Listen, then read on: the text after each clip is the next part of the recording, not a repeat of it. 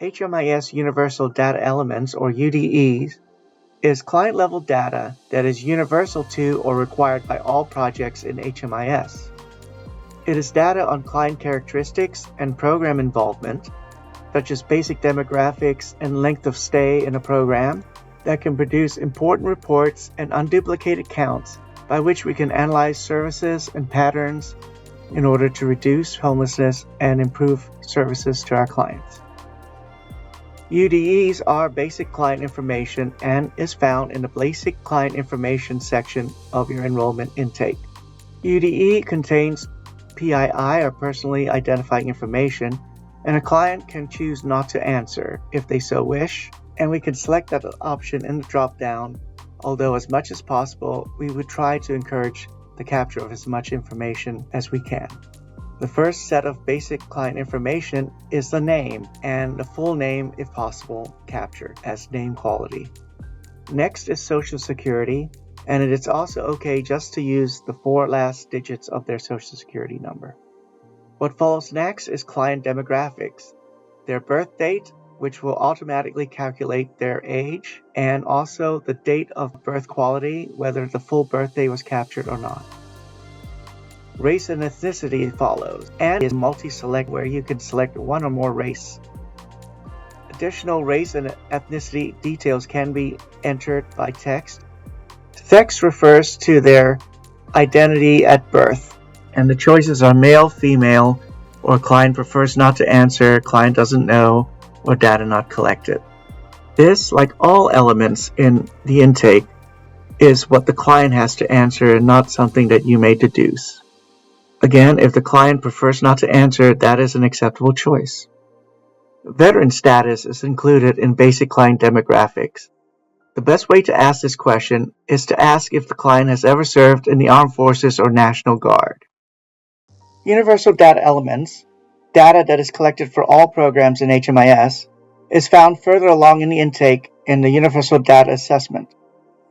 Disabling condition is a physical, mental, or emotional impairment, including impairment caused by alcohol or drug abuse, post-traumatic stress disorder, or a brain injury that is expected to be long-term, of indefinite duration, and substantially impedes the individual's ability to live independently, and can be improved by the provision of more suitable housing.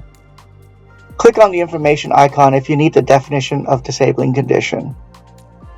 You can select yes, no, client doesn't know, prefers not to answer, or data not collected. The answer is provided by the client and simply recorded. It does not have to be proven upon intake. The COC of the project where the client is being enrolled in is a universal data element to be collected. Next are a series of questions about the client's living situation. The prior living situation asks what the client's living situation was immediately prior to the project start date, and you can select from the various different options of homeless situations, institutional situations, temporary housing, or permanent housing situations. This is followed by a question about the length of stay in that prior living situation, and the approximate date that that situation of homelessness started. Dates can be approximate for this value.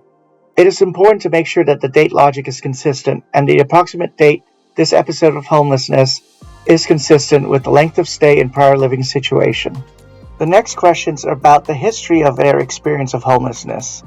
Regardless of where they stayed that last night, the number of times the client has been literally homeless, either streets or an emergency shelter or in safe haven, over the past 3 years, including today, and you're supposed to count as a break in homelessness if the stay was more than 7 nights in permanent housing, transitional housing, or more than 90 days in an institution.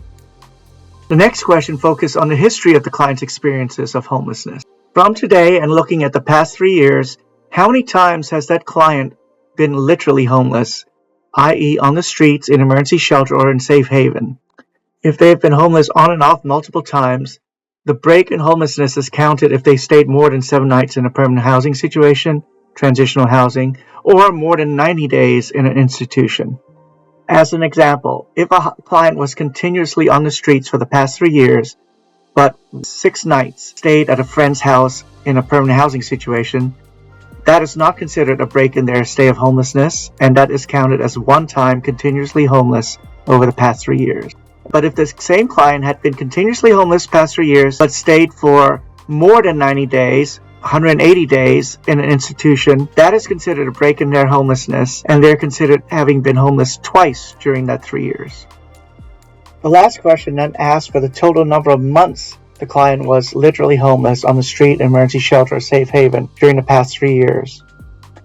Clients' program enrollment dates, the project start date, their exit date from the project, their housing move-in date to permanent housing, together with the date that their current episode of homelessness started, all help to determine the length of time experiencing homelessness.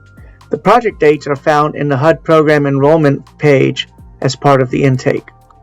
The project start date is when the client enrolled into the project. For facilities, that is the date the client first stayed at the housing project. For other projects where housing search is involved, that is the date when they enrolled in the project and started to receive those services. The exit date is also on the HUD program enrollment page, but it is completed through the exit workflow. And it is the date when the client is discharged from the project. The housing move-in date are for all permanent housing projects, Pay for Success projects, and VA grant per diem project. And they record the time that the client was moved in to permanent housing, meaning when they received the lease, had their keys, and slept in that permanent housing location. If the client is enrolled in a permanent housing project that has a housing search component, such as rapid rehousing for instance, and while they were enrolled in that rapid rehousing program, they were also staying at another facility, such as an emergency shelter, it is important that the housing move-in date does not overlap with the emergency shelter stay date. The emergency shelter needs to be closed out the night before the client has moved into their new permanent housing and that housing move-in date.